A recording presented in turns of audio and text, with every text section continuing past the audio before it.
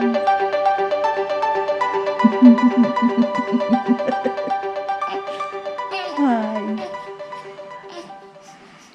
You're so cute. Yes, you are. Hi. And welcome back. And welcome to your first vlog, baby girl. Yeah. Yeah. Oh. Good intro. It's been a little bit. It's been a long little bit. Yes. We've been busy enjoying Berkeley. She's the best. She's so great. We love her. Huh. You're the best, huh? Yeah. Well, you saw our video of us in the hospital that our videographer did for us. Captured those moments. They were awesome. It was the best. But She did what she could. there was a little more to it than what the video shows. Not quite the video we were expecting to get, that's for sure. But it's turned out amazing for what we got. Yep. So thank you, Lexi. Yes. But so it was January 30th that we were supposed to go in at 6 p.m. 2020. And we called at 6 to make sure that they had a bed for us. And they said... Call back at 9. So we called back at 9. And then they said... Call back at midnight. So we called back at midnight. And then they said, we'll call you when we're ready. So they called us at 1:15 in the morning. January said, 31st. Hey, can you be here? By 2 o'clock? So we drove, woke up, drove, got there right at about 2 o'clock. Yep. Walked in, got Maisie all hooked up with her IV, started the medicine at about 3 a.m. Yep, they started me on a medicine that I don't remember the name of, but it was basically to help soften my cervix because I was only 50% effaced. So they gave me that at 3 a.m. and then again at 6 a.m. And then we weren't progressing. Yay. Woohoo! Not progressing, but having contractions every 1.5 to 2 minutes. Which... that was fun, huh? Yeah, not really. Luckily, they weren't that intense yet, so they were manageable by that point. But so the doctor came in at about 10 o'clock. 10 o'clock. Yep. They had started me on Pitocin before then, though, in my IV. He came in at 10 o'clock to check where we were at, and I had progressed nowhere. I was at, I was 1.5 dilated, still 50% effaced. Oy. And so they decided to put the balloon in to help hopefully dilate me farther. And so they put that in at about it was about 10:30, I would say 10:30 a.m. Yeah. And then it fell out probably. Well, I decided to get my epidural about an hour later, so it was about 11:30ish that I finally got the epidural because I was getting very uncomfortable. Yes. And then I was doing pretty good with the epidural and the balloon. Around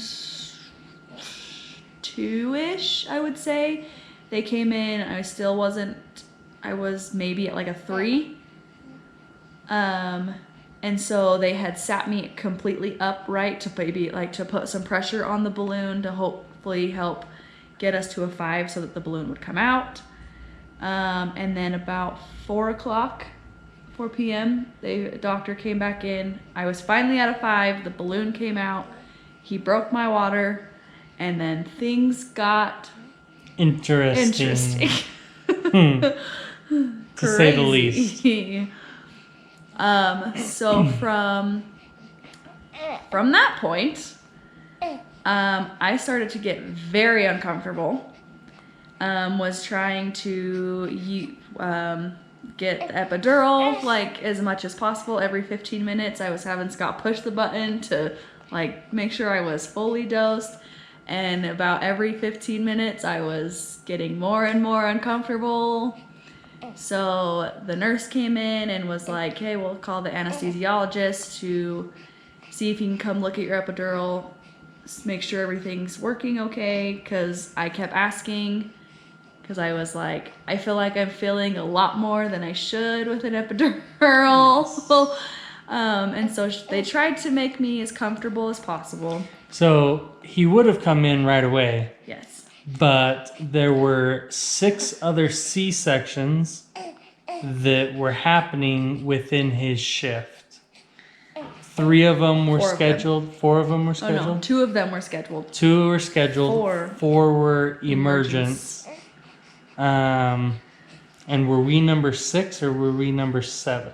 No, we were number 5, I thought. No, it was 6. Oh, then we were the last one. So we were the 6th of the day at the time.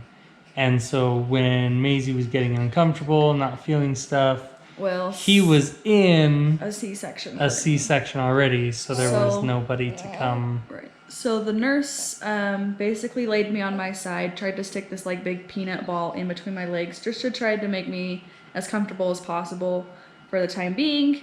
And then she started to try and roll me over from side to side just to get what we thought was the epidural, just is through all of my body.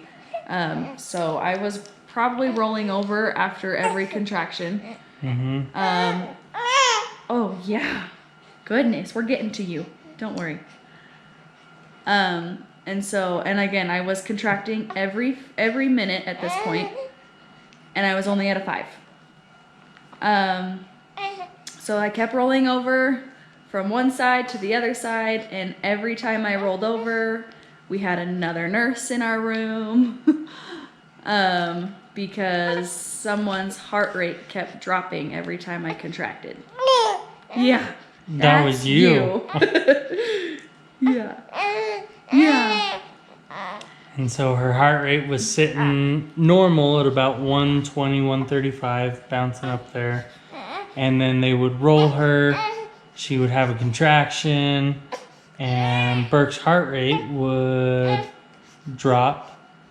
And time after time it kept dropping, and finally they saw the monitor drop to 40 beats per minute. And at that point there were probably 5 or 6 nurses in the room, and they started unhooking the bed, her IV and it all pump. happened very quickly. Yes.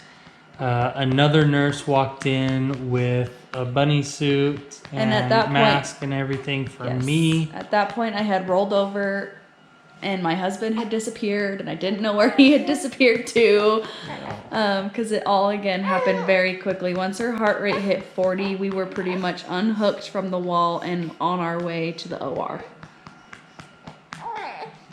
And so I So put on my suit. They wheeled us there. They got her all adjusted. The anesthesiologist adjusted her. Well, he sat me up so that we could figure out what was going on, and found out that my epidural had tilted, so I was only getting the medicine on one half of my body. So I could feel everything on the other half, which was not fun. So he fixed my epidural and like doubled my dose to make sure that I was like completely numb and like feeling good.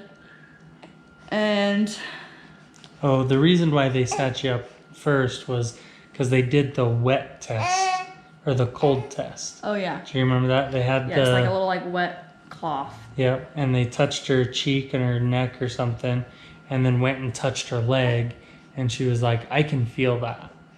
And he was like, oh, You shouldn't. you shouldn't. Yeah, and so That's when he Sat me up. set her up, adjusted fixed it. He fixed it. Got me all good. I finally started to relax, and then her heart rate regulated. Yeah.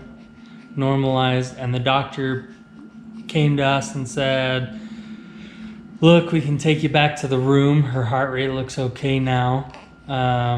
But typically when we do that, we end up back in the OR for a C-section anyway. And we told him we need to do whatever we need to get her here safe and sound. And he said, okay, I recommend a C-section then. And we said, okay. So they put up the drapes and cut her open. cut me open and pulled her out. Yeah, I mean, it happened so fast. Yeah, so they broke my water around 4 o'clock, and she was born at 5:52 p.m. So she was here pretty quickly after my water broke, and I was only at a 5.